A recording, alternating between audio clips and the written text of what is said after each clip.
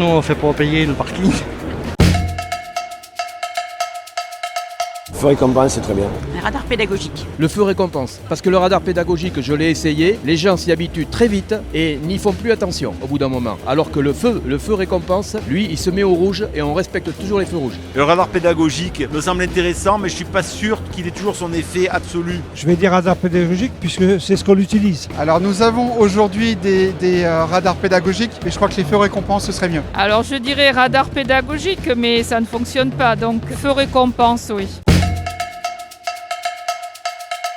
Surtout pas des ralentisseurs, même si j'en ai dans ma commune. Malheureusement, un panneau, ça ne sert pas à grand-chose, donc on est obligé de faire des ralentisseurs. Fatalement, les deux vont souvent ensemble parce que quand on met en place des plateaux ralentisseurs, c'est souvent limité, ça devient des zones à 30. Donc je me dis souvent parfois que si les gens roulaient déjà à 50, ça serait pas mal. À ajouter des ralentisseurs. Parce que la ville à 30, oui, mais les gens ne respectent pas. Même nous, dans nos villages à 50, c'est compliqué. Pour les villages, moi je suis largement favorable à passer à 30 km/h systématiquement. Alors notre commune est déjà passée en zone 30 sur tout le village, mais à côté de ça, ça suffit pas, parce qu'on a toujours des gens qui respectent pas les limitations, et donc on fait des aménagements comme on peut, mais ça suffit toujours pas.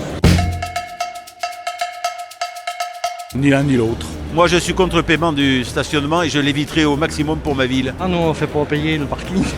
Il n'y en a aucune des deux qui me plaît, donc Réduire, c'est compliqué. c'est ce qui se fait un petit peu quand même. Si on diminue les places de stationnement, on tue les peu de commerces qu'on a encore. Réduire le nombre de places. Le problème de parking ne se pose pas chez moi, personne ne paye pour se parquer. Pour moi, il ne faut pas réduire le nombre de places. Le stationnement est déjà quand même assez onéreux en ville, donc ni l'un ni l'autre.